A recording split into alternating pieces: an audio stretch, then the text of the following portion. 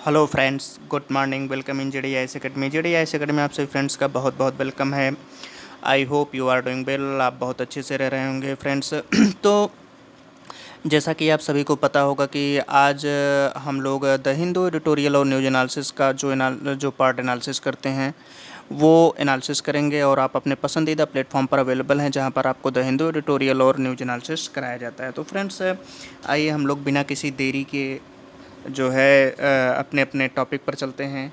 आज का जो एडिटोरियल का पार्ट है वो है पहली बात कि आज द हिंदू में एक जो है फिर से वही पूरा सेम टू सेम आर्टिकल आया है।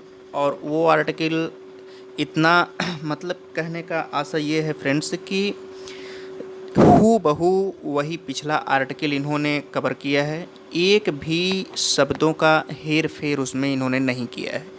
और ये द हिंदू का इतना ख़राब आदत है, इतनी ख़राब आदत है कि आई क्रिटिसाइज्ड द हिंदू पेपर। और उसका रीज़न क्या है? उसका रीज़न ये है कि एक आर्टिकल को द हिंदू पता नहीं क्या करता है, क्या नहीं करता है। हफ्ते भर में अगर 4 से 5 आर्टिकल द हिंदू निकालता है तो 4 से 5 आर्टिकल में ये समझ लीजिए कि उसके 2 से 3 आर्टिकल रिपीटेड रहते हैं। जो पहला आर्टिकल आप देख रहे हैं, मैनिफेस्टी आर्बिट्री क्लियरली अनकॉन्स्टिट्यूशनल, ये आर्टिकल आप इतना समझ लीजिए कि एक तरीके से इतना ज़्यादा इसको रिपीट किया गया है, इतना ज़्यादा रिपीट किया गया है कि इसमें अगर एक छोटा बच्चा उतनी किताब को रटता तो उसको याद हो जाता। और ये इस आर्टिकल में कुछ भी नया नहीं इन्होंने जोड़ा है, एक भी पॉइंट को जोड़ा नहीं है इन्होंने। और अगर मैं कहूँ तो ये टोटल का टोटल जो पहला आर्टिकल है वो पूरी तरीके से टाइम वेस्टेज है, अगर आपने 3-4 बार इस आर्टिकल को पहले पढ़ चुका है तो। क्योंकि एक भी पॉइंट को इन्होंने जोड़ा नहीं है, केवल शब्दों का थोड़ा सा हेर फेर किया है। तो इसीलिए आप लोग इतना ज़रूर ध्यान दीजिए करिए कि अगर कोई article bar bar the Hindu में आ रहा है, बार बार वही आर्टिकल आ रहा है, रिपीट कर रहा है, तो आप लोग जब नोट्स बनाते हो तो नोट्स बनाया करिए, और जब आर्टिकल आया करे तो आर्टिकल को एक सरसरी निगाह से देख लीजिए करिए। खुद भी पता चल जाता है कि कौन से परिवर्तन पर आया है, यानी कि कुछ नया उसमें जुड़ा है अथवा नहीं जुड़ा है। तो ये आप इतना ज़रूर देख लीजिए करिए। अब जैसे आज का आर्टिकल जो है ये टोटल जो है पूरा का पूरा पिछली बातों को रिपीट कर रहा है, एक भी इसने नई बात को कवर नहीं किया है। और पता नहीं क्या द हिंदू के माइंड में चलता रहता है, देखता भी है अथवा नहीं देखता है। यहाँ पर देखिए बात की जा रही है, आइए हम लोग चलते हैं। हालांकि ये पहला आर्टिकल उतना ज़्यादा एनालिसिस करने का कोई वो नहीं है, क्योंकि जो लड़के कंटिन्यू द हिंदू पढ़ रहे होंगे और आई होप द हिंदू ज़रूर पढ़ रहे होंगे तो उनको पता होगा कि क्या है क्या नहीं है। फ्रेंड्स, जैसा कि आपको पता है कि दिल्ली में 2015 में आम आदमी पार्टी का जब चुनाव हुआ, आम आदमी पार्टी चुन करके दिल्ली में आई और उसकी सरकार बनी, तब से लेकर के जो केंद्र सरकार है, सेंट्रल गवर्नमेंट है, वो एक तरीके से दिल्ली में अपनी अथॉरिटी स्थापित करना चाहती है, अपना जो है पावर दिखाना चाहता है। और इस तरीके से एक ऐसा पावर, एक ऐसी बात वो कहना चाहता है कि जैसे कि दिल्ली में राष्ट्रीय राजधानी के नाम पर, अब राष्ट्रीय राजधानी क्या है? राष्ट्रीय राजधानी के नाम पर दिल्ली में इस तरीके से वो इस्टेब्लिश होना चाहता है कि जैसे कि दिल्ली में जो चुनी हुई गवर्नमेंट है, जो चुनी हुई सरकार है, उसका कोई मतलब ही न निकले। तो इसी संबंध में वो दिल्ली सरकार की जो कि चुनी हुई सरकार है, उसमें जो है वो अपने क्या कहते हैं कि चुन करके जो सरकार आती है उसकी शक्ति को वो कंटिन्यू छीनना चाहती है। और इस तरीके से छीनना चाहती है, इस तरीके से करना चाहती है कि आप यूँ समझ लीजिए कि जो वहाँ पर चुनी हुई सरकार है उसका जो विस्तार दिल्ली की विधानसभा में है, उसको जो पावर दिया गया है, जो अथॉरिटी दी गई है, उसको कम करना चाहती है और उसके लिए अध्यादेश निकालना चाहती है। और अभी देखिए मई में 2023 में केंद्र सरकार ने एक अध्यादेश निकाला और उस अध्यादेश में सीधा सीधा कह दिया कि दिल्ली सरकार की जो सेवा का क्षेत्र है वो पूरा का पूरा केंद्र सरकार अब उसको देखेगी। और दिल्ली में उन्होंने 239 का जो संशोधन अधिनियम है, act of 1991, government of national act 1991, ये जो अधिनियम है इसको उन्होंने संशोधन बिना किए आर्टिकल 239 ए में अध्यादेश के जरिए स्थापित कर दिया। और केवल दिल्ली का जो दिल्ली विधानसभा का जो क्षेत्र है, सार्वजनिक व्यवस्था, पुलिस, भूमि, इन तीनों को छोड़ करके 239 ए में अन्य किसी भी मुद्दे पर केंद्र सरकार का उसमें हाथ नहीं है। ये तीन मुद्दे केंद्र सरकार के पास रहते हैं, सार्वजनिक व्यवस्था, पुलिस और भूमि। इन तीनों पर राज्य सरकार कानून नहीं बना सकती। बाकी हर मुद्दे पर राज्य सरकार का सर्वेसर्वा है, वो हर कीमत पर जो है कानून बना सकती है, कानून लेकर के चल सकती है, सब कुछ वो अपना देख सकती है। लेकिन बात कहाँ पर आके फंसी? सेवा क्षेत्र को लेकर के। अब सेवा क्षेत्र में चूँकि नौकरशाही होती है, तो जो ऑर्डिनेंस आया 1900 अभी जो मई में दिल्ली सरकार के संबंध में, दिल्ली राष्ट्रीय राजधानी के संबंध में जो निकल करके आया, आर्टिकल 239 ए जो कॉन्स्टिट्यूशन है, जहाँ पर दिल्ली को स्पेशल स्टेटस का दर्जा दिया गया है, वो जो है पार्लियामेंट को एक तरीके से ये अधिकार देता है।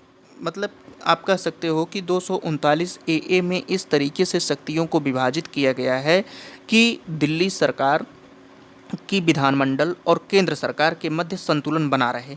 और जो नौकरशाही की व्यवस्था है, सेवा क्षेत्र है, वो 239 ए में शामिल है। और 239 ए में सीधे जो है सेवा क्षेत्र को राज्य सरकार के अधीन किया गया है। यानी कि जो नौकरशाही व्यवस्था है वो राज्य सरकार के अधीन रहेगी। नौकरशाही की नियुक्ति को लेकर के, नौकरशाही के ट्रांसफ़र को लेकर के, ये सब बातें राज्य सरकार के अधीन रहेगी और ये होना भी चाहिए। तो अब यहाँ पर जो ऑर्डिनेंस आया, केंद्र सरकार ने सीधा सीधा कहा, एक तो पॉलिसी, सेंट्रल गवर्नमेंट ने सीधे पॉलिसी को लेकर के, पॉलिसी के लेवल पर लेकर के तर्क दिया कि जो दिल्ली की स्थिति है, पहली चीज़ कि दिल्ली जो है राष्ट्रीय राजधानी क्षेत्र है और आवश्यकता है बैलेंसिंग की। किस बात की बैलेंसिंग की? कि दिल्ली गवर्नमेंट, जो चुनी हुई दिल्ली गवर्नमेंट है और सेंटर के बीच में बैलेंस, संतुलन को लेकर के आवश्यक है कि जो है इस तरीके की पॉलिसी लेकर के आया जाए, जो नौकरशाही है उसको केंद्र सरकार के पास रखा जाए। दूसरा इन्होंने तर्क दिया 239 ए को लेकर के कि दिल्ली जो 239 ए में लिखित बातें हैं, लिखित उसमें प्रावधान है, उसमें पार्लियामेंट को यह अधिकार दिया गया है, वो किसी भी क्षेत्र में जो है राज्य के किसी भी क्षेत्र पर केंद्र सरकार कानून बना सकती है। और उसमें जो एक क्षेत्र है वो सर्विस है। तो इस तरीके से जो केंद्र सरकार ने पूरा तर्क अपना दिया कि एक तो नीतिगत मुद्दे को लेकर के, दूसरा सेवा क्षेत्र को लेकर के, ये दो के दो दोनों क्षेत्र हैं, ये दो के दो जो दोनों तर्क हैं, ये पूरे के पूरे अवैधानिक हैं, अनकॉन्स्टिट्यूशनल हैं और ये मिस द मार्क हैं, यानी कि लक्ष्य से चूके हुए हैं। ये जो है इन तर्कों में कोई भी दम नहीं है और एक तरीके से ये मेजर, बहुत बड़े संवैधानिक दोष को उजागर करते हैं दिल्ली के सेवा ऑर्डिनेंस को लेकर के। तो इस तरीके से यह जो है डेमोक्रेसी का जो प्रिंसिपल है कि चुनी हुई सरकार और चुने हुए प्रशासन, चुनी हुई सरकार के पास जो है प्रशासन का उत्तरदायी रहता है। तो और जो प्रशासन होता है, नौकरशाही होता है, वह चुनी हुई सरकार के समक्ष उत्तरदायी होती है। तो इस तरीके से यह जो अध्यादेश है पूरा का पूरा भंग करता है, उसके वायलेशन से करता है एक रिप्रेजेंटेटिव डेमोक्रेसी गवर्नमेंट को। तो आपका यहाँ पर एक पॉइंट निकल करके आया कि एक जो है इसने भंग किया एक डेमोक्रेसी के सिस्टम को, कि यहाँ पर जो है डेमोक्रेसी सिस्टम वर्क नहीं कर रहा है, क्योंकि चुनी हुई जो गवर्नमेंट है, चुनी हुई जो सरकार है, वो चुनी हुई सरकार नौकरशाही की जो व्यवस्था है वो उससे दूर है, वो उससे जो है दूर लेकर के चल रही है। तो इस तरीके से ये अपनी जो बात है केंद्र सरकार राज्य सरकार के संबंध में कर रही है और राज्य सरकार कह रहा है कि नहीं, मेरा अधिकार है क्योंकि मैं चुना हुआ हूँ, मैं चुनी हुई सरकार हूँ, मुझे जनता ने चुना है। तो यहाँ पर समझने की क्या बात है कि कोई भी जो चुनी हुई सरकार होती है या आधुनिक राजनीति में अगर कोई भी कार्यशैली देखा जाए राज्यों की जो कार्य करते हैं, एक तरीके से वो एक तरीके से आप यूँ समझ लीजिए कि उसमें बहुत सारे स्तर पर जो है अगर उसका ढांचा खींचा जाए तो बहुत सारे स्तर निकल कर के आते हैं। और एक तरीके से आपको वो जो बॉडी होती है यानी कि आधुनिक ढांचा होता है कार्य करने का, जो आधुनिक राज्य में कार्य को लेकर के स्तर बनाए जाते हैं, उसमें नौकरशाही एक विभिन्न अंग है, यानी कि उसको हम सेवा बुलाते हैं। और ये सेवा जो है इलेक्टेड गवर्नमेंट के पास होनी चाहिए। और सही बात भी है, इनकी जो रिस्पॉन्सिबिलिटी होती है फार्मुलेटिंग होती है, क्योंकि इन राज्य की आधुनिक राज्य में कार्यों को अंजाम देने के लिए चुनी हुई सरकार के कार्यों की रूपरेखा खींचने के लिए इनका पूरा का पूरा जो है उत्तरदायित्व रहता है। और इस मुद्दे पर और भी इम्पॉर्टेंट हो जाता है जब आप हेल्थ और एजुकेशन के मुद्दे को इसमें ऐड करते हो, तो सर्विस जो है बहुत ज़्यादा रिस्पॉन्सिबल हो जाती है। तो दो के दोनों दृष्टिकोण से ये चुनी हुई सरकार के पास ही इनको रखना चाहिए। इसीलिए क्वेश्चन उठता है कि यह जो सर्विस है यह किसके इसको कौन उत्तरदायित्व करता है, मतलब कि सेवा को जो है वो सेवा किसके प्रति उत्तरदायी वो है। तो सीधा सीधा इसका जो आंसर है वो निकल कर के आता है कि यह बहुत ही महत्वपूर्ण है। यानी कि दूसरे शब्दों में यह कहा जाए कि जो पॉलिसी है या विजन है सरकार को लेकर के, वो पहली चीज़ की इलेक्टेड लेजिस्लेटर के पास रहता है। और उसमें जो है इम्पॉर्टेंट रहता है, डिपेंड करता है कि सर्विस रिपोर्ट किसको कर रही है, यानी जो नौकरशाही है वो अपने कार्यों का लेखा जोखा किसके पास कर रही है। और ये भी डिपेंड करता है कि जो चुने हुए विधायक हैं, वो चुने हुए विधायक वास्तव में अपने द्वारा जो कानून हैं या अपने द्वारा जो वहाँ पर नियम्स हैं, क्या वो वास्तव में वो लागू कर रहे हैं, और जो उन्होंने नियम बनाए हैं वो वास्तव में लागू हो रहा है अथवा वास्तव में क्या लागू हो रहा है। यहाँ पर आप ये देखिए, ये जो पैरा है ये इसी के संबंध में है कि वास्तव में लागू क्या हो रहा है। ये डिपेंड किस पे करता है, ये डिपेंड करता है सर्विस रिपोर्ट पर। तो यहाँ पर जो है जैसे जो सर्विस मुद्दे होते हैं ट्रांसफ़र को लेकर के, पोस्टिंग को लेकर के, अनुशासन को लागू करने के संबंध में, तो यहाँ पर जो है उनके पास पूरा का पूरा पावर होनी चाहिए विधायकों के पास, यानी कि जो लेजिस्लेटिव है अपना जो नियम है, अपना जो रूपरेखा है, जो विधायी कार्यों का लेखा जोखा है उसको लागू करने के लिए। और इस हिसाब से जो इनकी पोजीशन है वो अदर सेक्टर्स में भी सीधे सीधे गवर्नमेंट को प्रोवाइड करना चाहिए कि इनके ऊपर जो सर्विसेज हैं उनके ऊपर क्या कंट्रोल किया जाना चाहिए, ये कौन करेगा। इनको ये सुनिश्चित करता है कि जो प्रतिनिधित्व हैं जिनको जनता ने चुन करके घोषणा पत्र में भेजा है, एक्चुअली उन्हीं के पास ये योग्यता होनी चाहिए, क्योंकि जनता चुन करके जिसके पास भेजती है, अब जो पार्टी चुनाव जीतती है उसके पास अपना चुनाव का मैनिफेस्टो होता है, घोषणा पत्र होता है, और उस घोषणा पत्र में वह जो है चुन करके जनता उसको भेजती है। और जनता ये उम्मीद करती है कि ये जो बातें इन्होंने कही हैं उसको लागू करें, उसको जो है अब ये लागू करेंगे। तो जनता तो इस उम्मीद पर भेजती है, लेकिन उस उम्मीद को लागू करने के लिए, उसकी रूपरेखा खींचने के लिए, उसको कार्यान्वित करने के लिए, उसको ज़मीनी स्तर पर लागू करने के लिए सेवा क्षेत्र का प्रमुख योगदान होता है। और सेवा क्षेत्र जब तक राज्य सरकार के कंट्रोल में नहीं होगा तब तक वो कैसे लागू होगा। तो मेन प्रॉब्लम यहाँ पर आ जाती है। तो इसीलिए राइटर कह रहे हैं कि जो चुनी हुई सरकार है उसी के अंडर में नौकरशाही होनी चाहिए, उसी के कंट्रोल में जो ब्यूरोक्रेट है, यानी कि जिसको हम सर्विस सेक्टर कहते हैं, तो उसी के सेक्टर में होना चाहिए। यहाँ पर जो है सुप्रीम कोर्ट ने 23 जो मई का महीना था, मई 2023 में कोर्ट ने सीधा सीधा फार्मूलेटिंग किया त्रिस्तरीय कॉन्सेप्ट को लेकर के, जो ट्रिपल चेन अकाउंटेबिलिटी होती है, यानी कि त्रिस्तरीय जो उत्तरदायित्व होता है सर्विस सेक्टर को खास कर को लेकर के, उसको जो है सुप्रीम कोर्ट ने डिफ़ाइन किया ताकि कोई भी वाद विवाद की स्थिति डेमोक्रेसी में और उसके सिद्धांतों को लागू करने में कोई भी बाधा ना पहुँचे। जैसे कि कहा कि civil servant are accountable to the cabinet, जो सिविल सर्वेंट होते हैं यानी कि जो सिविल सेवा होते हैं वो कैबिनेट के प्रति उत्तरदायी होते हैं, और कैबिनेट जो होता है वो विधानसभा के प्रति उत्तरदायी होता है, और विधानसभा जो होता है वो एक तरीके से चुनी हुई जनता के प्रति उत्तरदायी होता है। तो इस पूरा का जो ट्रिपल चेन होता है, अंत में जनता ही निकल कर के आती है। एक फंड जो कॉन्स्टिट्यूशनल प्रिंसिपल है चुनी हुई सरकार का, वो सीधे सीधे जनता के प्रति उत्तरदायी होती है। तो इस तरीके से ये जो अध्यादेश है या इस ट्रिपल चेन की जो व्यवस्था है उसको पूरे तरीके से ब्रेक कर रही है, पूरे तरीके से उसको तोड़ रही है डेमोक्रेसी के सिद्धांत को। तो एक तो ये पॉइंट आपका निकल करके आया है कि ये जो डेमोक्रेसी का सिद्धांत है उसको तोड़ने के लिए ये अध्यादेश लाया गया है।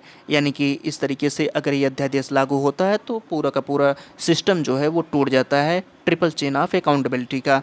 और इसके जो एविडेंट हैं सीधे सीधे कॉन्स्टिट्यूशनल प्रोविजनल में देखे जा सकते हैं, जो दिल्ली की स्थिति के संदर्भ में है, और जहां पर जो डेमोन्स्ट्रेशंस होता है कि सेंट्रल गवर्नमेंट को क्यों जो है ये अध्यादेश जो है लाया, तो उसके साथ क्यों ये अध्यादेश के साथ खड़ा नहीं होना चाहिए। मतलब ये जो सेंट्रल गवर्नमेंट है अपना अध्यादेश क्यों नहीं खड़ा कर सकती, यानी कि रीजन्स क्या है।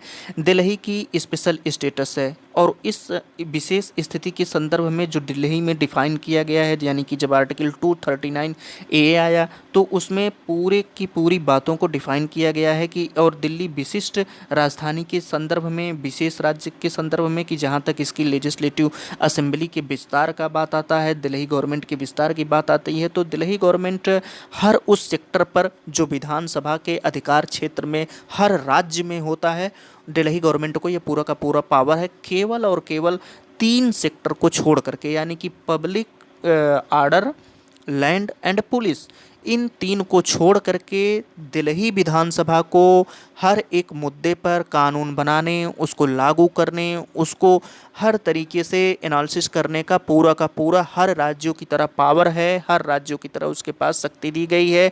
उसमें केंद्र सरकार कुछ भी नहीं कर सकता, और सेवा जो है वो इसी के अंतर्गत आती है, यानी कि दिल्ली सरकार के अंतर्गत ही आती है।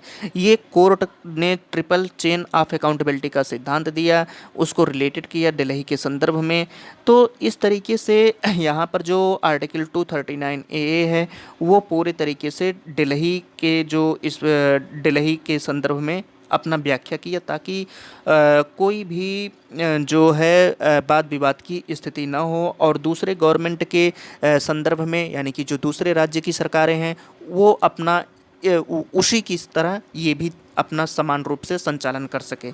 तो दिल्ली गवर्नमेंट का जो एक तरीके से बैलेंसिंग पावर की बात लेकर के आती है, वो बैलेंसिंग पावर जो है रिप्रेजेंटेटिव गवर्नमेंट और नेशनल इंटरेस्ट दोनों के मध्य जो है बैलेंस रखा गया है। यानी कि आर्टिकल 239 को जो बनाया गया था और जब उसकी व्याख्या की गई थी और कोर्ट के भी द्वारा जब व्याख्या की गई, तो दिल्ली की स्थिति, दिल्ली विधानसभा की स्थिति, उसके विस्तार की स्थिति और राष्ट्रीय हित की स्थिति, यानी कि जो नेशनल इंटरेस्ट यहाँ पर लिखा गया है, उसकी भी स्थिति को पूरे तरीके से जो है ध्यान में रखा गया, पूरे तरीके से बैलेंसिंग को लेकर के रखा गया, ताकि कोई भी जो है एक तरीके से कोई भी बात निकल करके ना आए, यानी कोई भी जो है वाद विवाद की स्थिति न पैदा हो और एक संतुलनकारी दृष्टिकोण लेकर के चले। अब महत्वपूर्ण क्या हो जाता है? महत्वपूर्ण ये हो जाता है कि सिग्निफिकेंट जो कोर्ट है उसने जो अपना जजमेंट दिया 239 ए की स्थिति में, उसने सेवा का जो क्षेत्र था वो सेवा का क्षेत्र दिल्ली सरकार को दिया था, लेकिन जो अध्यादेश आया वो अध्यादेश दिल्ली सरकार से सेवा का क्षेत्र पूरा का पूरा छीन लिया, और थोक के भाव नहीं, सेवा का एक एक पॉइंट उसने छीन लिया। यानी कि उसकी नियुक्ति को लेकर के, उसके स्थानांतरण को लेकर के, वहाँ का जो स्ट्रक्चरल होता है वो पूरा का पूरा छीन लिया। तो इस तरीके से दिल्ली सरकार के पास ब्यूरोक्रेट के संबंध में कोई भी जिम्मेदारी नहीं बचती है इस अध्यादेश के माध्यम से। तो ये जो है कहीं न कहीं केवल दिल्ली सरकार ही नहीं बल्कि जनता की भावनाओं के साथ भी ये खिलवाड़ करता है, यानी कि जनता को भी यह एक तरीके से दरकिनार करता है। और इसकी जो स्थिति है इस तरीके से ये बहुत ही भयावह स्थिति है, खास करके डेमोक्रेसी सिस्टम को लेकर के, दिल्ली गवर्नमेंट को लेकर के, और कहीं ना कहीं सुप्रीम कोर्ट को भी लेकर के, क्योंकि सुप्रीम कोर्ट के खिलाफ जा कर के अध्यादेश लाना और उसमें मतलब कि एक तरीके से बिना ऊल जलूल बात भरी तर्क करना, अपने ही बात को अड़े रहना, तो ये सब बातें जो हैं ये कहीं न कहीं दिखाती है कि केंद्र सरकार दिल्ली सरकार को किसी भी तरीके से जो है फुल पावर नहीं देना चाहती। तो मेन जो होता है सर्विस सेक्टर ही होता है। तो दिल्ली में जो है वो इस तरीके से कॉन्सेप्ट निकल कर के आ रहा है कि दिल्ली की बात को लेकर के अब यहाँ पर बात की जा रही है कि वास्तव में विशेषता क्या है, यानी कि जो बैलेंसिंग को लेकर के बात की जा रही है कि 239 ए में सीधा सीधा अनुमति दी गई है पार्लियामेंट को, वो किसी भी लॉ को दिल्ली के संदर्भ में जो है किसी भी सेक्टर्स में जो वहाँ पर संरक्षित नहीं किए गए हैं वो उसके संदर्भ में कानून बना सकती है। यानी कि एक तरीके से दिल्ली पार्लियामेंट जो है वो वहाँ पर 3 सेक्टर संरक्षित किए गए हैं, 3 सेक्टर में अपना वो कानून बना सकती है। कौन कौन से? Land, public order and police.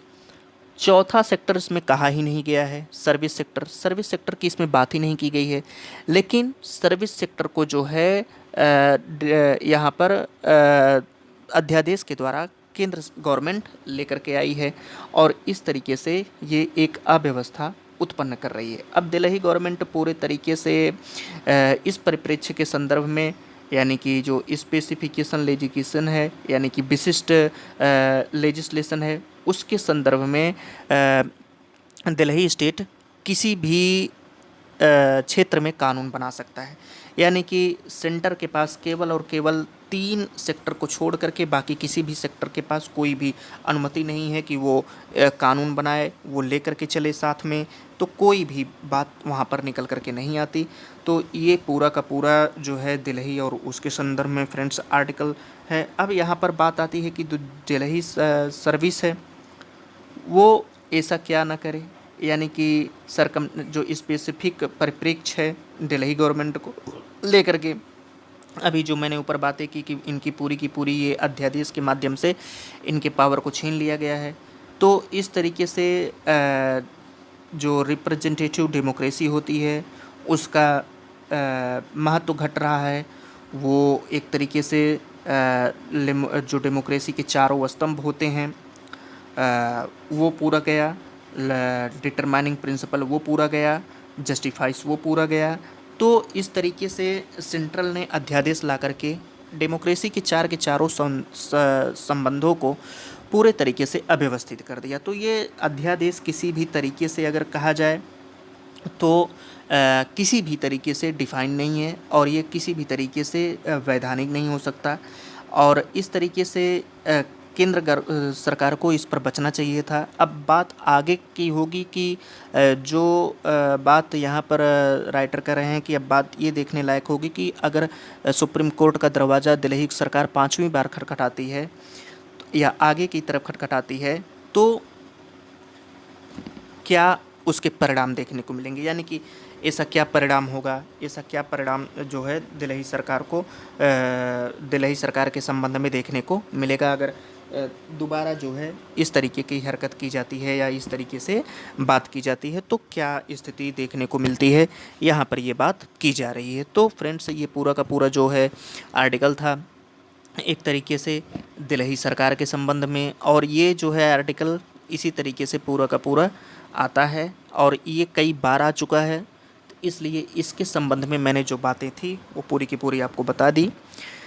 अब हम लोग दूसरे आर्टिकल पर चलते हैं जहाँ पर है कीप इट स्माइल ये सिंपल, यानी कि अभी क्या है कि ईपीएफओ जो है, यानी कि जो प्रोविडेंट फंड ऑर्गेनाइजेशन है, एम्प्लॉइज़ प्रोविडेंट फंड ऑर्गेनाइजेशंस है, उसने क्या किया कि तीसरी बार जो है संयुक्त सीमा को लेकर के, यानी कि हायर पेंशन को लेकर के जो जॉइंट लोग हैं, जॉइंट ऑप्शन के लिए जो एम्प्लॉइज़ हैं, जो पेंशनर हैं, उनको जॉइंट ऑप्शन चुनने के लिए तीसरी बार डेडलाइन बढ़ा दी है।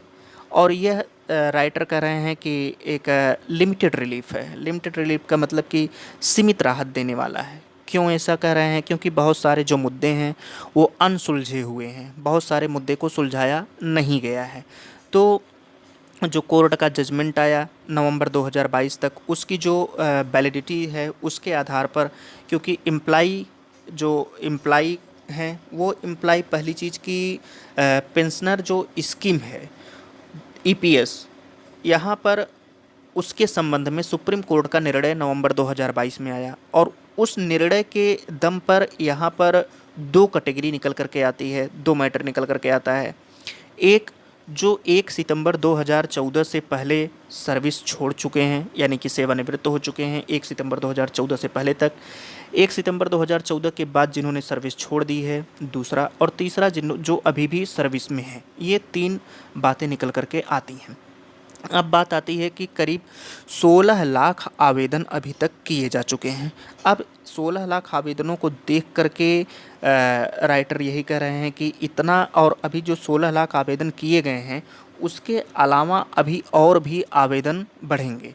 तो ये जो है कुल मिलाकर के हायर जो पेंशन की बात की जा रही है कि अंतिम बजट तक, यानी कि आने वाला जो फाइनेंशियल ईयर है उसमें इतने बड़े आवेदनों को देख करके ये कहा जा सकता है कि ये जो आने वाला बजट सत्र होगा उसमें ये पूरी की पूरी जो है उच्च पेंशन देने की जो बात की जा रही है वो शुरू नहीं हो पाएगी। और ऐसा संकेत दिया है यूनियन लेबर एम्प्लॉयमेंट मिनिस्ट्री ने, जो ईपीएफओ को देखती है, उसने जो पार्लियामेंट की स्टैंडिंग कमेटी होती है उसको बताया कि इस साल कोर्ट का निर्णय जो है शामिल नहीं किया गया था, और उसमें बजट 2023-24 के लिए जो बजट एस्टीमेट था उसको तैयार करते समय कोर्ट के वर्डिक्ट को शामिल नहीं किया गया था। तो इस इतने बड़े आवेदन को भले ही वो जांच पे खरे उतरें या न खरे उतरें, तो उसको जो है शामिल नहीं किया गया और इतनी जल्दी शुरू होने की उम्मीद नहीं है। दूसरा सबसे बड़ा मुद्दा ये है कि इसमें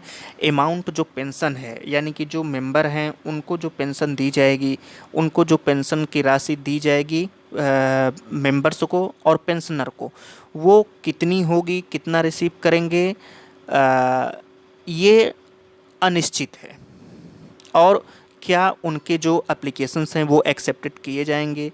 सबसे बड़ी बात चिंता की ये समझने योग्य है कि जो पर्टिकुलरली अभी सर्विस में है, पहली चीज़ जो अभी सर्विस में है वो, दूसरा जो अपना पोर्शन, यानी कि जो सर्विस में है वो पेंशन पाने के लिए उनको अपनी सर्विस अपनी जो वेतन आता है उसका ज़्यादा भाग फंड में देना पड़ेगा। सबसे बड़ी बात यह है कि सर्विस वालों के लिए, जो सर्विस में है उनको भी देना पड़ेगा। और दूसरा, कितना पेंशन वो जो अपना वेतन में पेंशन पाने के लिए अपने वेतन का हिस्सा देंगे, ज़्यादा हिस्सा देंगे, उनको उसके बदले में कितना पेंशन मिलेगा, अभी तक इस बात को लेकर के कोई भी संकेत नहीं किया गया है। दूसरा, ईपीएफओ ने डिमांड किया कि 1000 पेंशनर और एम्प्लॉइज से जो है कि इस बात को लेकर के कितना होना चाहिए, कितना नहीं, उससे जो है एक तरीके से सुझाव मांगा। 1000 पत्र भी आया इनके पास।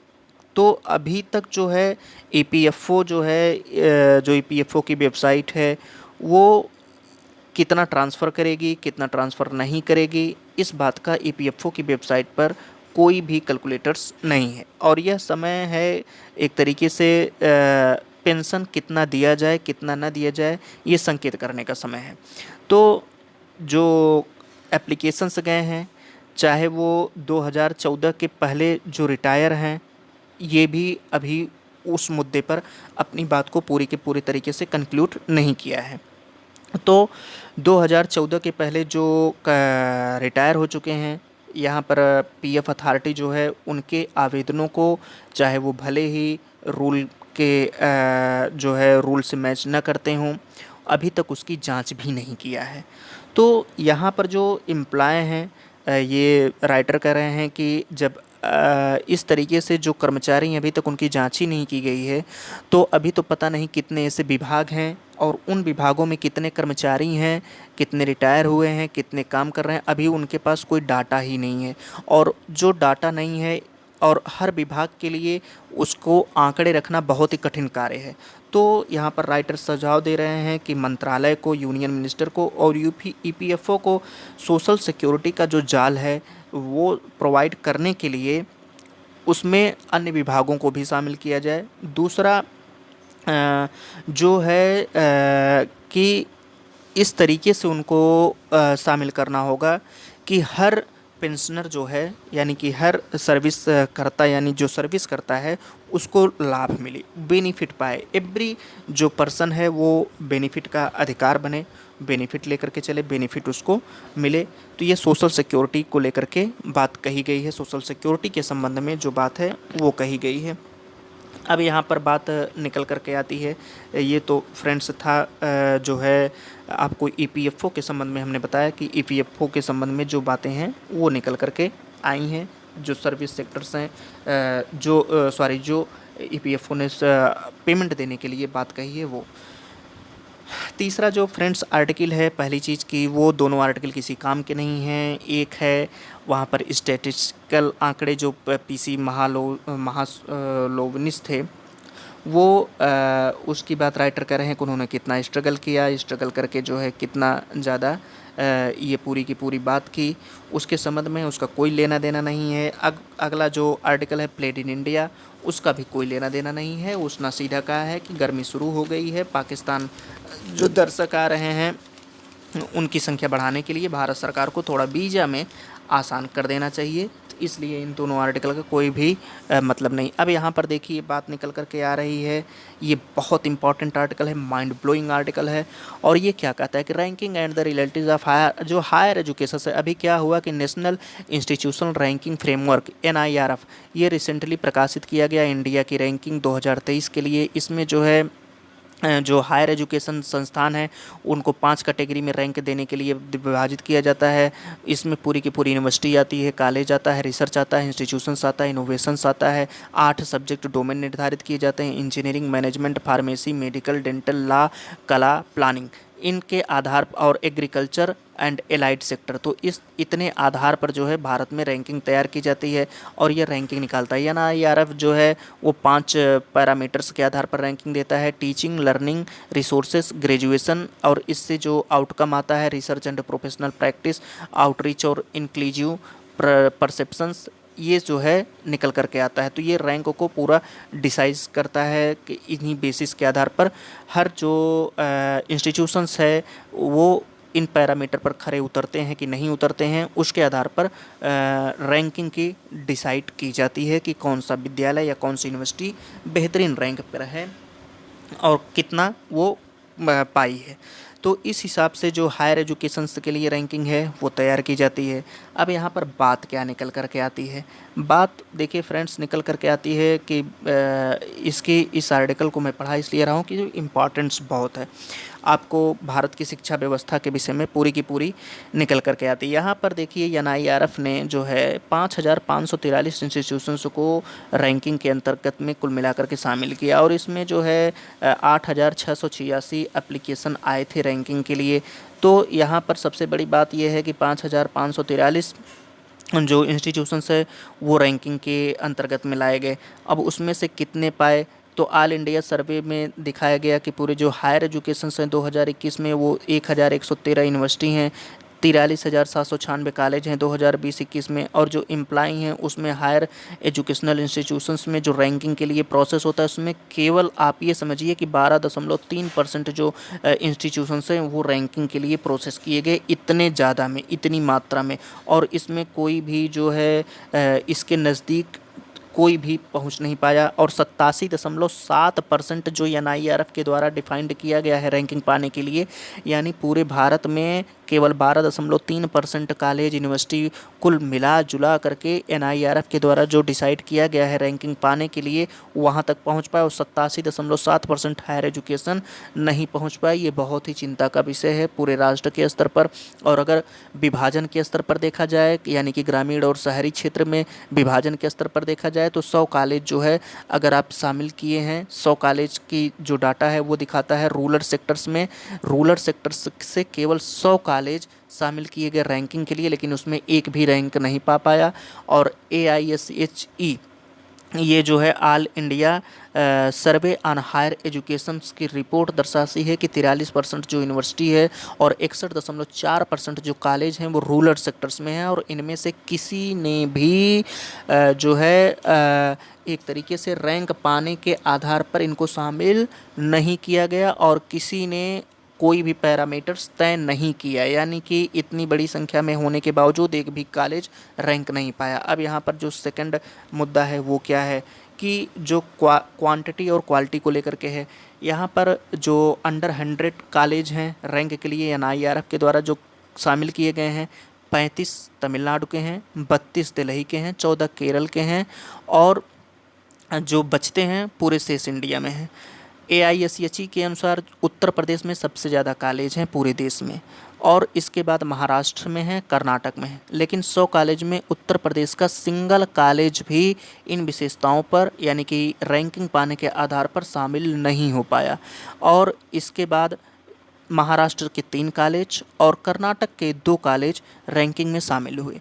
फैक्ट क्या है कि 81% जो हाई क्वालिटी कॉलेज हैं उसमें एक तरीके से क्वालिटी को पूरे देश में सुधारने के लिए इम्प्रूव करने की आवश्यकता है, राइटर कह रहे हैं। मैं बार बार कहता हूँ, देखिए फ्रेंड्स, भारत की जो शिक्षा प्रणाली है उसमें क्वांटिटी बहुत है, क्वालिटी वेरी लो है, बहुत लो है, और इसकी चर्चा मैं किसी दिन करूँगा। भारत की शिक्षा पद्धति, कारण ये है फ्रेंड्स कि राजनीतिक इच्छा शक्ति की कमी के चलते भारत में जो शिक्षा प्रणाली है वो बहुत ही डाउन हो जाती है। और राइटर वही बात कहते हैं कि पहली चीज़ कि पूरे देश में शिक्षा की गुणवत्ता आप सुधारें। दूसरे, स्टेट हो और चाहे यूनियन गवर्नमेंट हो, स्टेट गवर्नमेंट है, दोनों को शिक्षा व्यवस्था सुधारने के लिए बजट को शामिल किया जाना चाहिए, बजट को बढ़ाना चाहिए।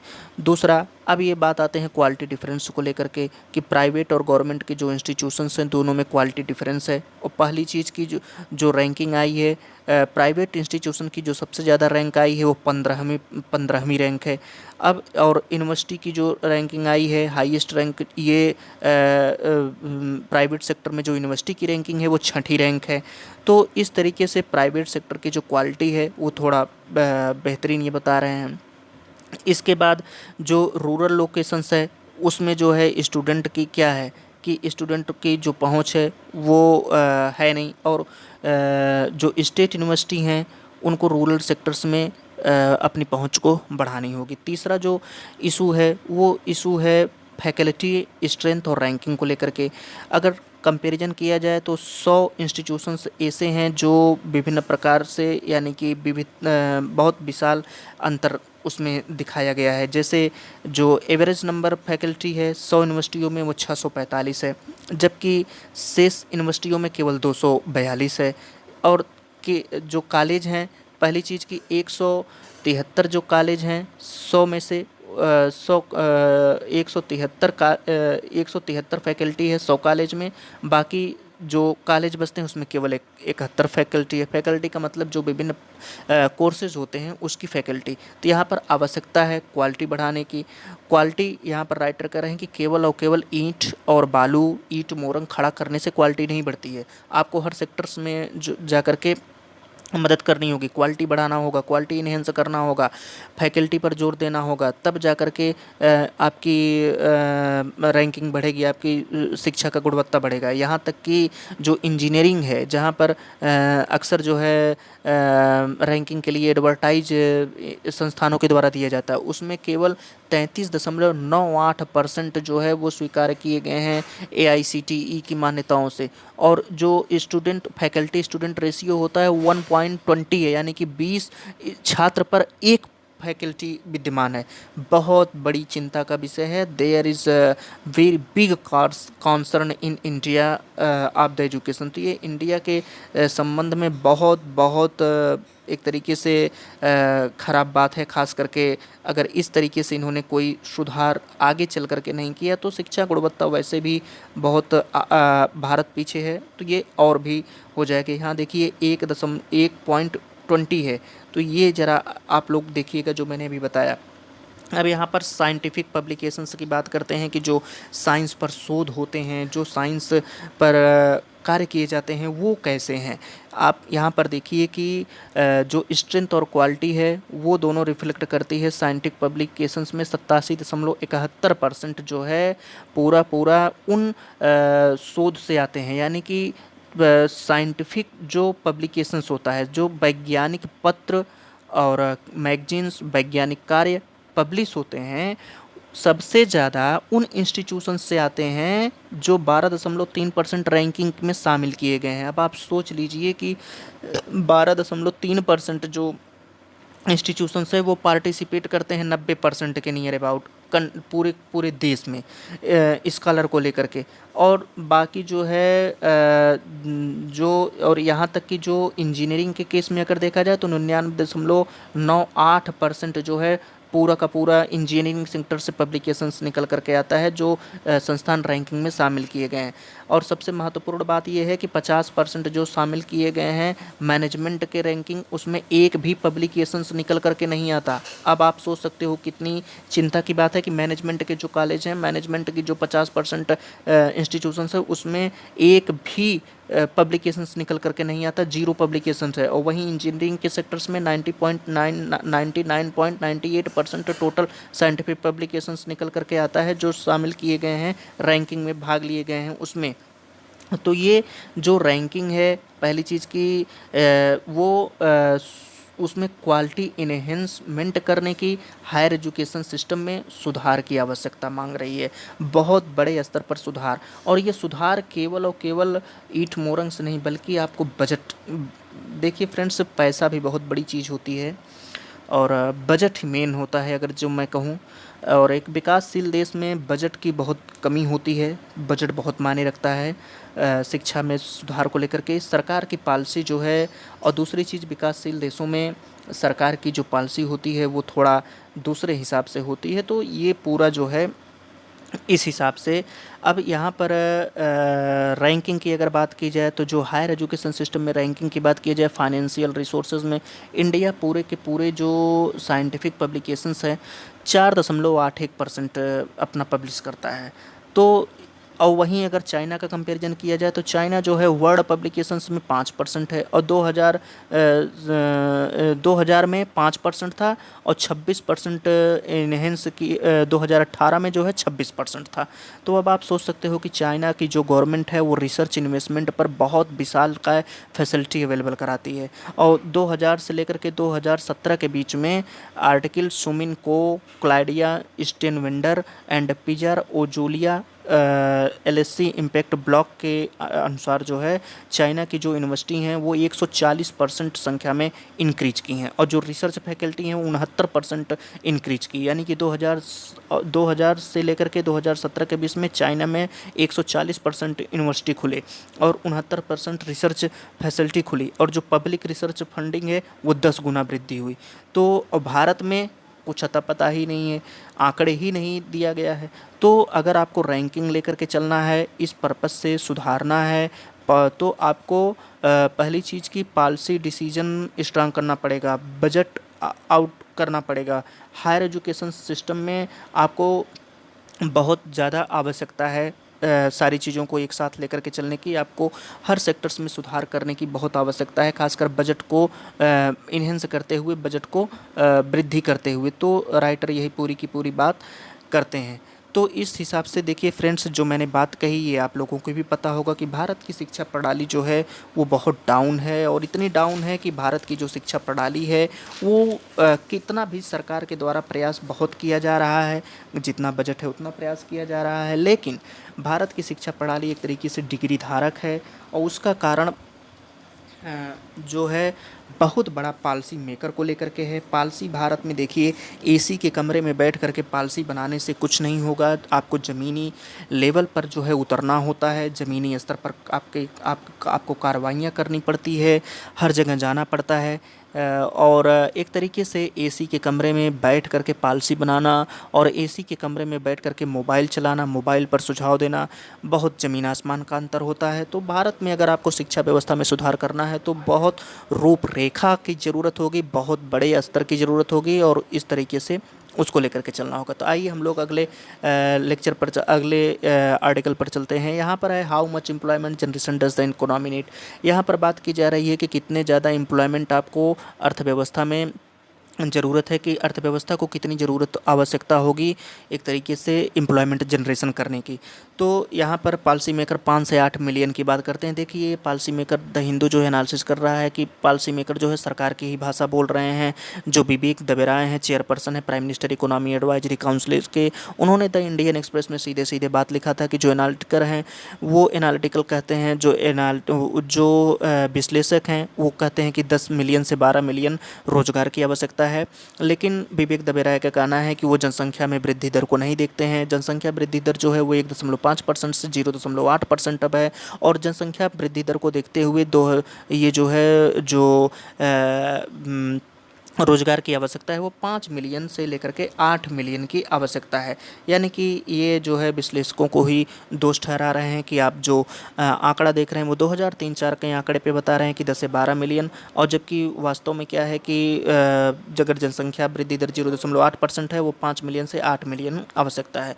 लेबर फोर्स की आवश्यकता कर रहे हैं कि कितने ज़्यादा, इनका जो स्टेटमेंट है राइटर कर रहे हैं कि द हिंदू कर रहा है कि वो कहीं ना कहीं गवर्नमेंट की सोच को दर्शा रहा है और इसको आवश्यकता है एनालिसिस करने की। यहाँ पर बात की जा रही कि कैसे जो है वर्तमान में जो पॉपुलेशन ग्रोथ है वो रिलेवेंट है जो लेबर श्रम से, यानी कि जो जनसंख्या वृद्धि दर है वो लेबर फोर्स से कैसे इंक्रीज कर रही है, ये अब यहाँ पर एनालिसिस करने जा रहे हैं। वो एनालिसिस क्या है कि लेबर फोर्स की जो परिभाषा दी गई है वर्ल्ड लेबर फोर्स के द्वारा, वर्ल्ड लेबर ऑर्गेनाइजेशन के द्वारा जो डिफाइन किया गया है international labour out organisation definition के अनुसार में, कि जो लेबर फोर्स आता है वो 15 से लेकर के 64 साल के बीच में अगर जनसंख्या आपकी शामिल है, यानी कि जो शारीरिक कार्यबल होता है, श्रमिक जो कार्यबल होता है वो 15 से 64 साल के बीच में आता है, तभी उनको वर्क की दृष्टिकोण से देखा जाता है। लेकिन जो करंट पॉपुलेशन है वो लेबर फोर्स जो बात की जा रही है कि जनसंख्या वृद्धि दर, जो लड़के पैदा होते हैं वो 15 साल बाद उसमें जो है अपनी क्षमता के साथ ज्वाइन करेंगे। यहाँ पर ये बात 2003-4 के आंकड़े के संदर्भ में की जा रही थी कि जो बच्चे पैदा हो गए हैं वो अगर 2003-4 में पैदा हुए हैं तो ऑब्वियसली वो जो है 2018-19 में लेबर फोर्स में शामिल होंगे। और उसमें से अब यहाँ पर बात कर रहे हैं कि कुछ तो हाई स्कूल की डिग्री शामिल किए होंगे और 2020-21 में जो पैदा किए होंगे और आगे इस तरीके से शामिल किए होंगे। यानी कि राइटर का कहना है कि 2003-4 में जो पैदा हो रहे हैं उसमें से कुछ तो हाई स्कूल की डिग्री के साथ अभी पढ़ रहे होंगे। इसके आगे भी अगर वो ज्वाइन करना चाहते हैं लेबर फोर्स तो और भी सारे डिग्री ले रहे होंगे। उसमें से बहुत सारे लोग अपनी परीक्षा की, विभिन्न प्रकार की प्रतियोगी परीक्षाओं की तैयारी कर रहे होंगे। तो चिल्ड्रन का जो है और जो लोअर इनकम क्लास है वो जो है एफर्ड ही नहीं कर सकता है एक तरीके से लंबे समय तक अनएम्प्लॉयमेंट। तो मिडिल क्लास का जो चिल्ड्रन है वो एक तरीके से जब कोई उद्यम शुरू करता है तो उसको बहुत बड़ी प्रॉब्लम का सामना करना पड़ता है, बहुत बड़े फेसेस सामना करना पड़ता है। तो ये जो है एक तरीके से बहुत कम ऐसे युवा हैं जो स्वयं का जो है इंटरप्रेन्योर लेकर के चलें, स्वयं का उद्यम लेकर के चलें, ये बहुत कम संभावना है। और ऐसा क्यों है? क्योंकि कैपिटल और स्किल की दोनों जो है ये इंडिया में बहुत ही कमी है। तो और सेकंड क्या है, अगर बर्थ रेट की बात की जाए तो जो बर्थ रेट है और जो रेट ऑफ पॉपुलेशंस है ये दोनों इंक्रीज जो करते हैं वो रिलेवेंट नहीं करते। क्यों नहीं? क्योंकि आप लोगों को पता है कि जनसंख्या वृद्धि दर कैसे निकाली जाती है, पॉपुलेशन जब इंक्रीज करती है तो वो इक्वल कैसे है, उसमें से जो जन्म दर है और मृत्यु दर है उसको घटाना पड़ता है। भारत में लाइफ जो एक्सपेक्टेंसी है वो 70 साल की है। चिल्ड्रन जो है वो जो है बच्चे जब पैदा होते हैं तो वो भी हायर जो है एक्सपेक्टेंसी रखते हैं। तो इस हिसाब से जो नंबर ऑफ बर्थ है उसको जो बच्चे हैं 5 साल के उनको घटाना पड़ेगा। और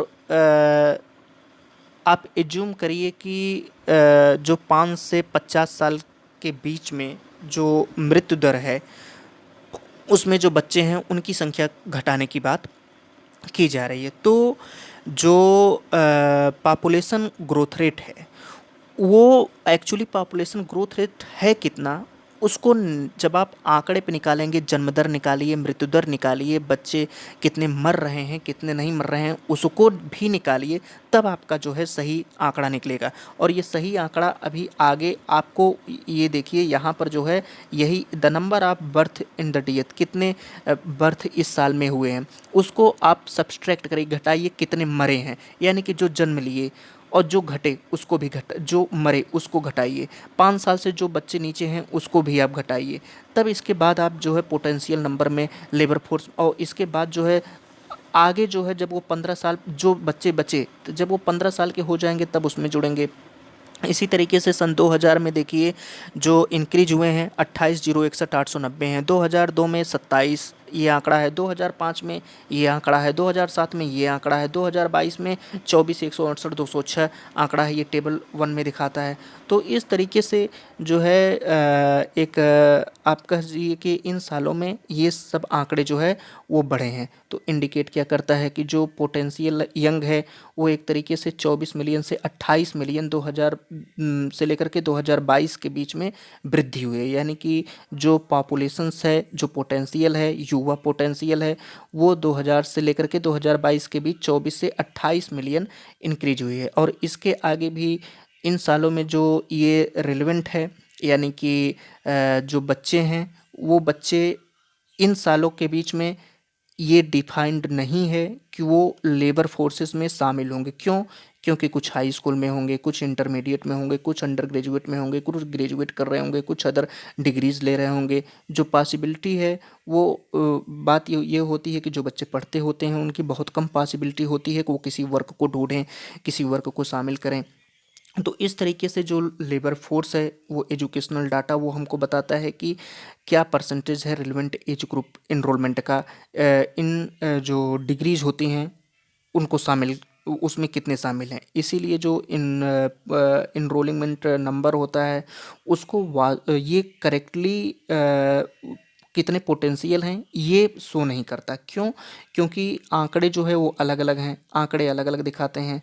अब देखिए जैसे ये आंकड़ा दिखाया, अब यहाँ पर ये तो मैंने बताया कि आपको बच्चे के संदर्भ में कि कितने बच्चे कहाँ कहाँ डिग्री शामिल किए हैं, कहाँ कहाँ नहीं, ये तो उनके संदर्भ में था।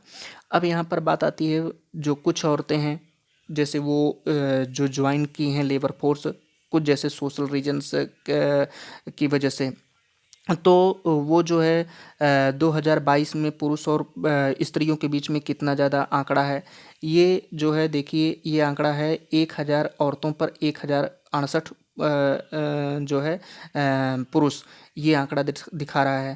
तो इसका मतलब ये हुआ कि 48.35% टोटल नंबर है वो वुमेन का 13,304,504 है। लगभग 25% उसमें जो है सोशल रीजन्स की वजह से कार्य करने में शामिल नहीं होंगे। तो ये पूरा का पूरा जो है लेबर फोर्स 2022 में आंकड़ा जो आ रहा है 24,187,591 आ रहा है। तो इस तरीके से जो अब यहाँ पर वही पूरी बात निकल कर के आती है। ये देखिए कि कुछ जो है एग्ज़ाम्स की तैयारी करते हैं, कुछ ऐसी बहुत ही कम संभावना होती है ख़ास करके इस एज में कि वो जो है कोई अपना वर्क ढूंढें, कोई वर्क कार्य करने के लेकर के चलें। तो इस तरीके से जो ये आंकड़ा गवर्नमेंट कहती है, जो आंकड़ा पूरी बात की जाती है, ये आंकड़े बहुत ही एनालिसिस करने की ज़रूरत होती है। और अनऑर्गेनाइज सेक्टर में क्या होता है कि सबसे ज़्यादा जो असंगठित सेक्टर्स होता है उसमें 94% जो है लेबर फोर्स शामिल होते हैं। और क्यों शामिल होते हैं? क्योंकि वहाँ पर बहुत ही कम दाम पर जो है शामिल करने के लिए बात की जाती है, वो बहुत ही कम दाम पर उसमें शामिल होते हैं। ई श्रम पोर्टल पे 28 करोड़ जो है रजिस्टर थे नवंबर 2022 में, और 94% जो रिपोर्टिंग हुई है वो 10,000 रुपये पर मंथ से जो है नीचे, यानी कि पर मंथ जो है 10,000 रुपये से नीचे की इनकम लेकर के चलते हैं 94% लोग। तो ये जो ग्रोथ आता है, और ऑर्गेनाइज्ड सेक्टर का जो ग्रोथ है उसकी तुलना में, अनऑर्गेनाइज्ड सेक्टर की तुलना में, वो एक तरीके से एम्प्लॉयमेंट को जनरेट करता है। वहीं जो है अनऑर्गेनाइज्ड सेक्टर क्या है, अनएम्प्लॉयमेंट को लेकर के चलता है। क्यों? क्योंकि पहली चीज़ कि पैसा कम रहता है, दूसरा प्रच्छन्न बेरोजगारी, कुछ दिन वर्क करेंगे फिर छोड़ देंगे, कंटिन्यू इनको वर्क मिलता नहीं है, ढंग से वर्क मिलता नहीं है। तो इस तरीके से ये पूरा भी आपको इसमें जो है लेकर के चलना पड़ेगा, लेकर के आपको कहीं ना कहीं उसमें शामिल करना पड़ेगा। ये देखिए पूरा जो है ये आंकड़ा दिखा रहा है 2022 में बर्थ रेट कितना है, पॉपुलेशन कितना है, बर्थ रेट का ये दिखा रहा है, फिर डेथ कितना हुआ है, फिर मंथ में कितना है, तो ये पूरा आंकड़े दिखा रहे हैं। तो यहाँ पर गवर्नमेंट जो कहती है कि इतना ज़्यादा रोजगार पर्याप्त है और भी पैदा करना होगा, तो ये एक तरीके से झांसा है। इसमें जो है राइटर कह रहे हैं कि उसको पूरा करने की ज़रूरत है, उसमें पूरा एनालिसिस करने की ज़रूरत है, तब जाकर के वास्तविक आंकड़े निकल करके आएंगे। तो ये पूरा पूरा फ्रेंड्स एडिटोरियल एनालिसिस था।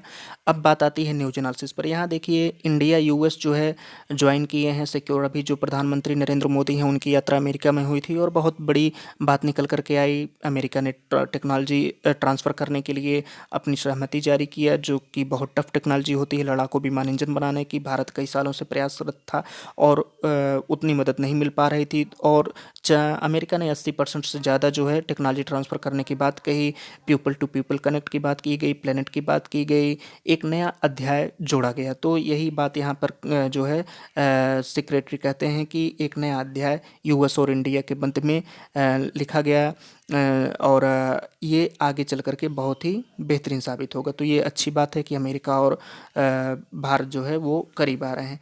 यहाँ पर देखिए नाटो जो है चेतावनी दे रहा है।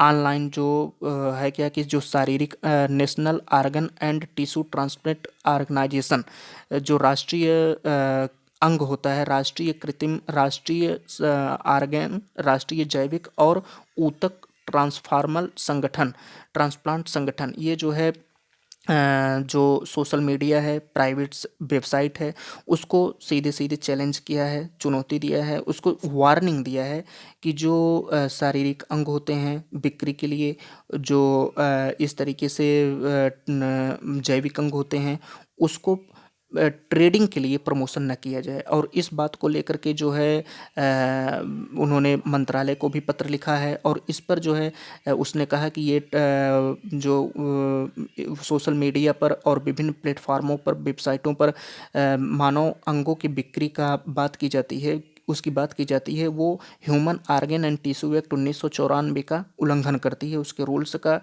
और ये जो है इसको एक तरीके से इस पर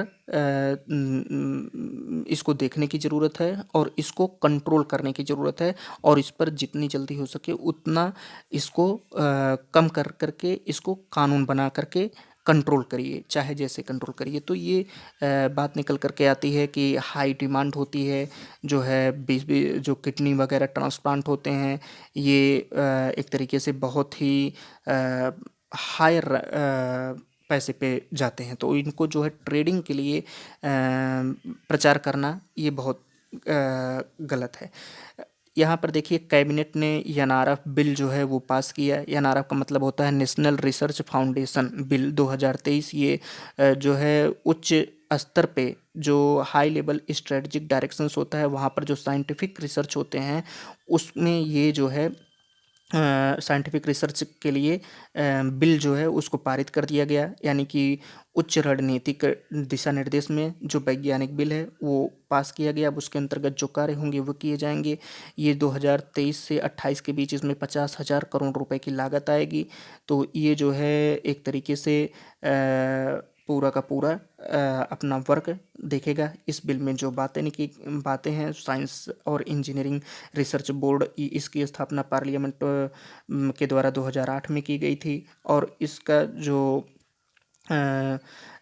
पूरा एस्टीमेट है, कहने का मतलब है जो ये बिल पास किया गया है वो एक दिशा रिसर्च के सेक्टर्स में बहुत उपयोगी साबित होगा। तो इस तरीके से यहाँ पर ये बात निकल कर के आई। अब ये जो है मार्केट स्कीम है, यानी कि यहाँ पर जो गवर्नमेंट है वो हरित खाद को उपयोग करने के लिए, सस्टेनेबल लिविंग के लिए प्रमोट कर रही है कि अगर कोई स्टेट जो है वो ग्रीन क्रेडिट लेना चाहता है, यानी कि हरित खाद का उपयोग करना चाहता है, तो एक तरीके से उसको प्रमोट किया जाएगा। और ये केंद्र सरकार के द्वारा ग्रीन क्रेडिट प्रोग्राम को लॉन्च किया गया है नेशनल लेवल पर।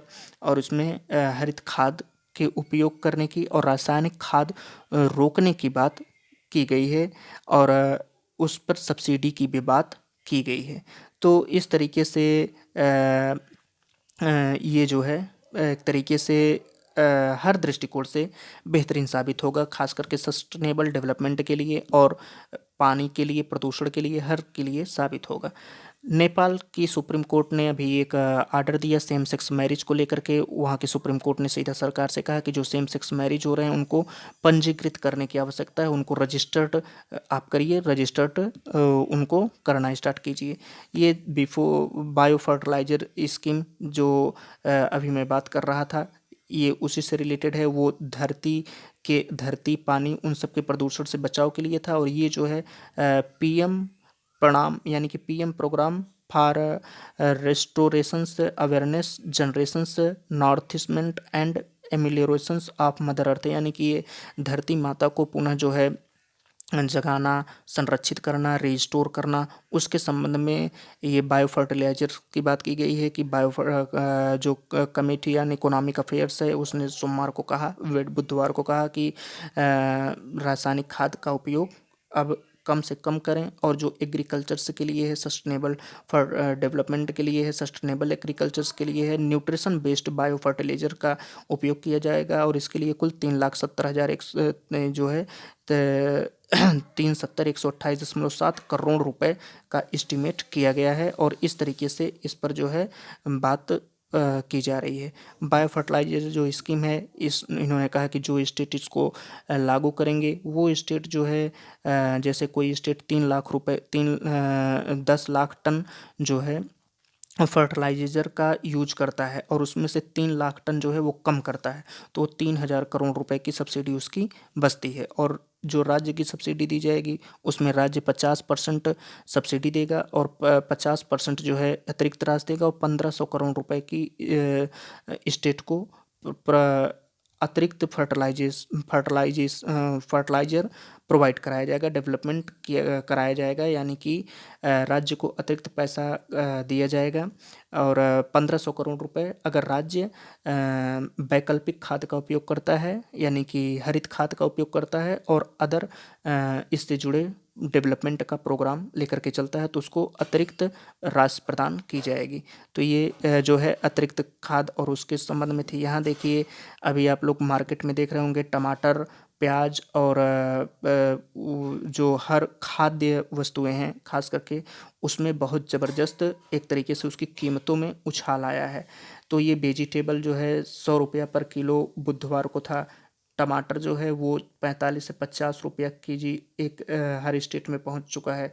और यहाँ पर गोरखपुर में जो है 121 रुपया किलो बिक रहा है। तो ये टमाटर का भाव था। और इसके बाद जो है यहाँ पर देखिए पूरा मतलब रिटेल प्राइस जो है 27 जून को टमाटर का रिटेल प्राइस 46.1 रुपया था 1 किलोग्राम।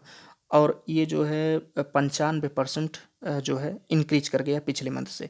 तो ये पूरा का पूरा जो है सब्जियों के जो भाव हैं वो बहुत अधिक मात्रा में बढ़ रहे हैं और इसको रोकना होगा, क्योंकि नहीं तो टमाटर थाली से गायब हो जाएगी। ये यूरिया सब्सिडी स्कीम के संदर्भ में है, जो यूरिया सब्सिडी स्कीम बात की थी। यहाँ पर देखिए सेंटर ने जो है एक स्कीम निकाली है खास करके ऑर्गेनिक फार्मिंग को लेकर के, यानी कि जैविक खेती को लेकर के, ताकि मिट्टी की गुणवत्ता बढ़े और फूड सिक्योरिटी जो है वो इंश्योर हो सके, और रासायनिक खाद का प्रयोग उसमें कम से कम हो। रासायनिक खाद जो 242 रुपया जो है 45 केजी पर बैग है, तो उसको उसके लिए जो अप्रूव्ड पैकेज है 3,68,676.7 करोड़ रुपए है। ये यूरिया सब्सिडी पर है, 3 सालों में प्रोवाइड कराई जाएगी। तो यहाँ पर जो है खरीफ सेशन के लिए, यानी कि 2023-24 के खरीफ सेशन के लिए 38,000 करोड़ रुपए सब्सिडी के तौर पर प्रोवाइड कराई जाएगी। तो ये फार्मर को क्या है कि यूरिया खरीदने की, यूरिया जब किसान यूरिया खरीदने जाता है तो उसको अतिरिक्त व्यय नहीं करना होगा। तो हालांकि ये सब कहने की बातें होती हैं। ब्लैक जो मार्केटिंग होती है, ब्लैक मार्केटिंग में करते क्या हैं कि यूरिया और खाद जब खेती का समय आता है तो उसको ब्लैक मार्केट में कवर कर लेते हैं। और होता क्या है कि सीजन बीतता जाता है, और सीजन बीतने पर जब बुआई की आवश्यकता होती है तो ऊंचे दामों पर यूरिया और खाद को बेच दिया जाता है।